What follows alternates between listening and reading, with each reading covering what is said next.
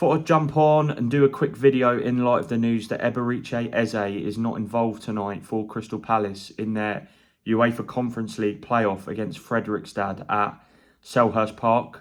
The decision has been taken because of his impending switch to Arsenal. It's no surprise really, it's a sensible decision.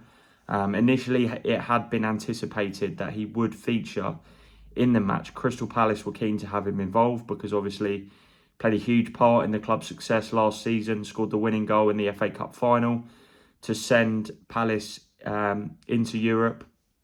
But of course, that big development last night that broke, first reported by David Ornstein on The Athletic, that Arsenal had hijacked Tottenham's deal to sign Eze, has had a huge impact on Palace's preparations for the match, in the sense that they had been expecting Eze to play. They were keen to have him involved, but I think all in all a sensible decision from the club, because if Eze was to pick up some kind of injury, that would of course put the deal at risk. Obviously you hope the players don't get injured in circumstances like that, but you just never know, and it's not worth the risk, given that it would be a club record sale for Palace. They didn't want to lose Eze. Obviously his release clause expired, and it did look like at one point he may be on course to stay. Then it looked like he was going to go to Spurs, but Tottenham were gazumped in the end by Arsenal. And as discussed in previous videos, and it's been, reported everywhere, Eze was always going to pick Arsenal if they were at the table, because he's a boyhood fan of the club. He was released by Arsenal. A lot of his family are Arsenal supporters. And while he was open to a switch to Tottenham, when Arsenal came back in, it was only ever Arsenal. It did look like at a point Arsenal had called their interest. As I discussed on previous videos, Arsenal were really sort of playing it down, adamant that they'd moved on. But supposedly Kai Havertz's injury has changed the picture and forced them into action. They do see Eze as more a central player, but of course he can operate from that left side as well, which will be just another option for Mikel Arteta. And I think at this moment in time, you have to say it is Premier League or bust for Arsenal, given it's been a record-breaking summer in terms of incomings. They've ticked all the boxes that they needed. There'll be a huge focus on outgoings now. But Arsenal genuinely felt at the time when Ethan Nwaneri signed his new contract that there was no need to sign Eze.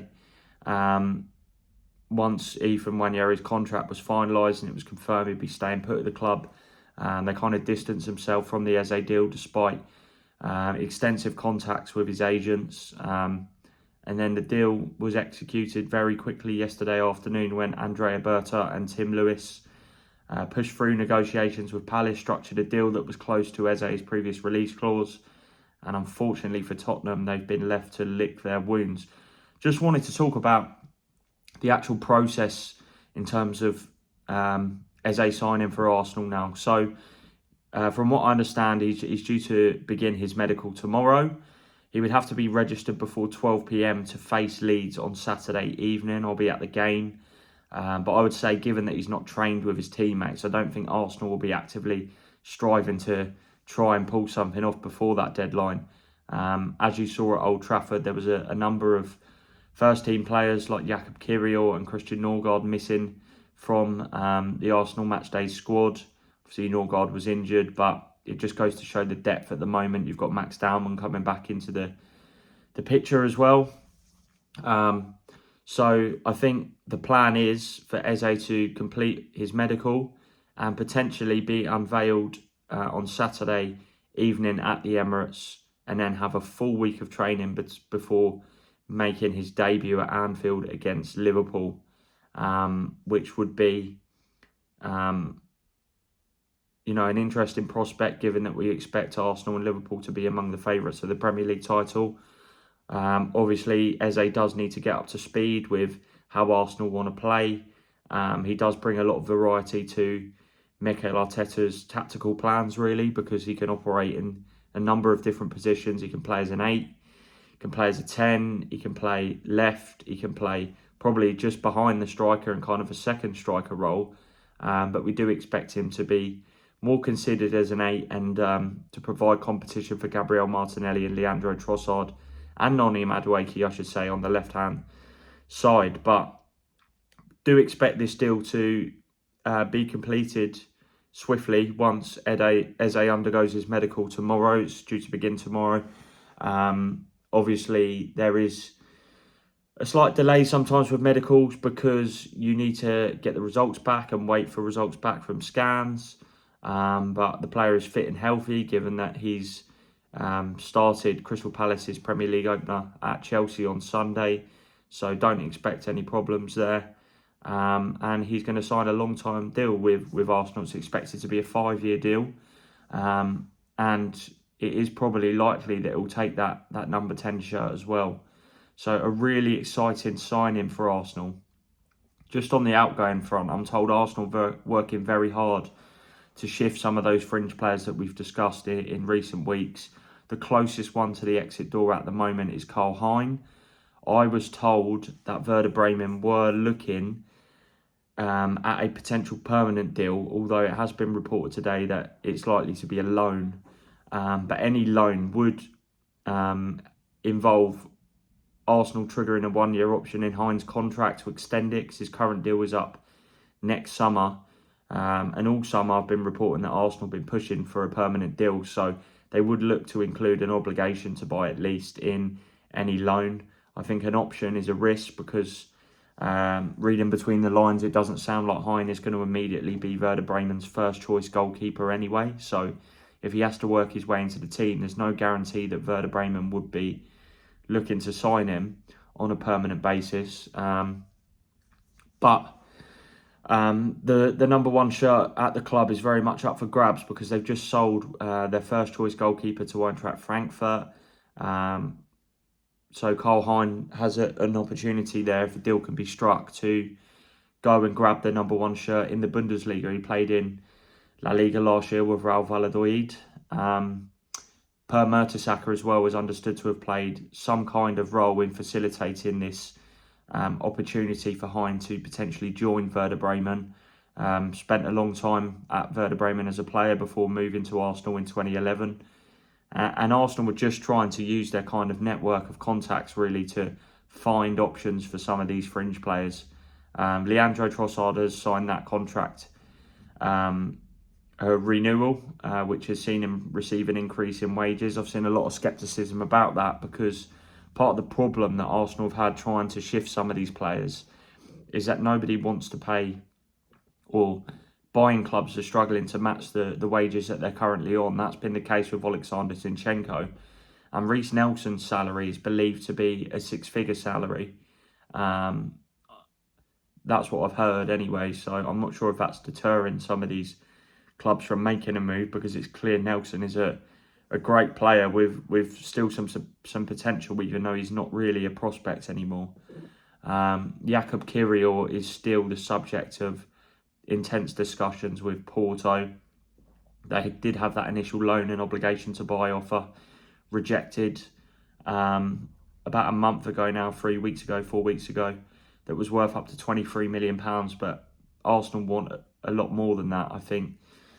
Well, not a lot more than that, but certainly upwards of probably 25 million, because they paid a credible fee to Spezia to sign the player. And he has improved. He proved that in the Champions League last season when he impressed against Real Madrid.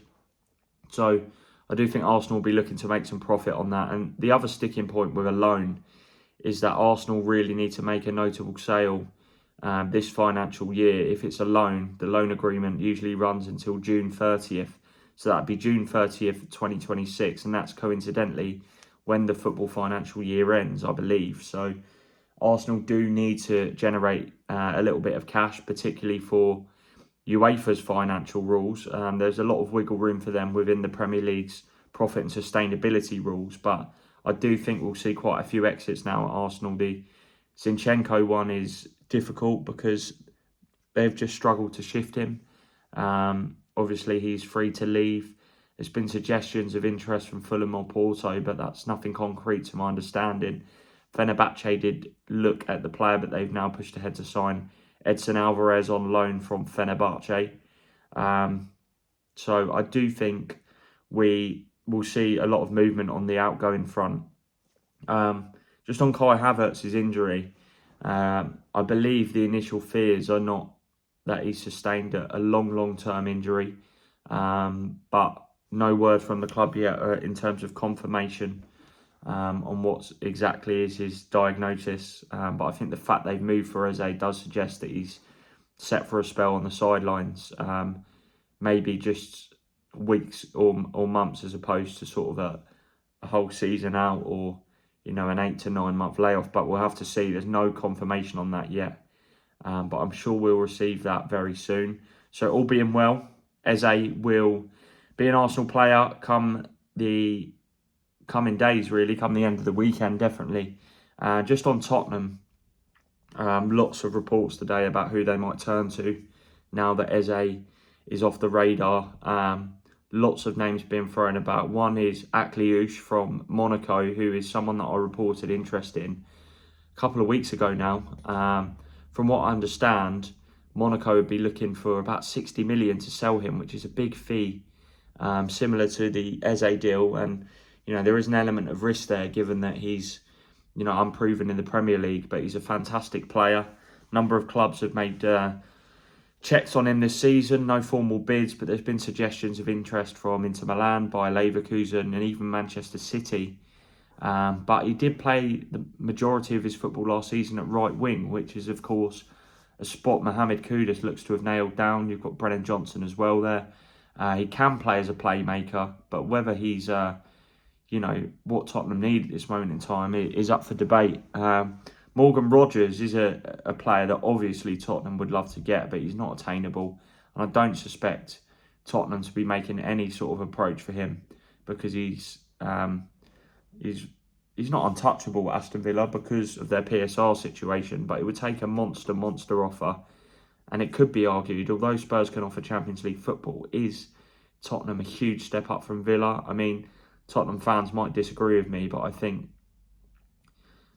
it'd be a risky move for Rodgers, really, given that, he's just won the Young Player of the Year award, and, he should be looking to be in a team that will be definite Champions League side every season. And I think Tottenham definitely have top 5 credentials, but it's not guaranteed they'll make Champions League next season, or guaranteed that they will go far in the competition this season. It's a very tough format now to get through, but fingers crossed at this moment in time that, from a Spurs perspective, that they can get some bodies in, because otherwise, the backlash, it's already huge after missing out on Eze. There are a few other names in the mix as well. Nico Pass from Como, I'm told there is interest, but they never made a bid, despite what was suggested in Italy. Savinio is an interesting one. I'm told Tottenham have still not made a bid, but there were definitely talks with Manchester City, and City sort of intimating that they don't want to sell the player, but still not 100% case closed. His agents remain in Manchester waiting to see what happens. I believe he's got a muscle injury at the moment, which Pep Guardiola talked about ahead of the game against Wolves. But Savinio is believed to be open to the move. I think, he's a great player, but again, the kind of money that City would command would be a huge fee, probably sort of 60 to 70 million for a player that, best plays out wide. And really, Spurs need a playmaker, if not two, because Dejan Kulusevski is not expected to return anytime soon following patella surgery. See, James Maddison's out for the season, or we expect him to certainly be sidelined until sort of March, April at the very earliest.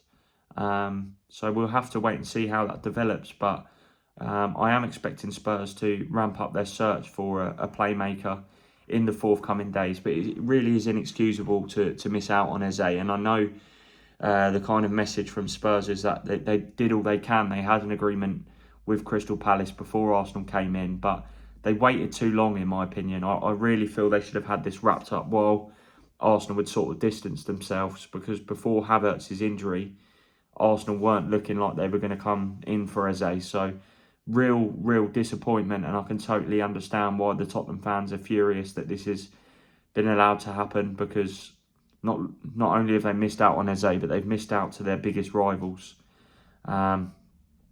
I'm heading to Crystal Palace tomorrow, so I'm sure we'll get some more info from Oliver Glasner on Eberechi Eze, and also incomings at Selhurst Park. But if you enjoyed the video, hit the like button, hit the subscribe button, and I'll be back again very soon.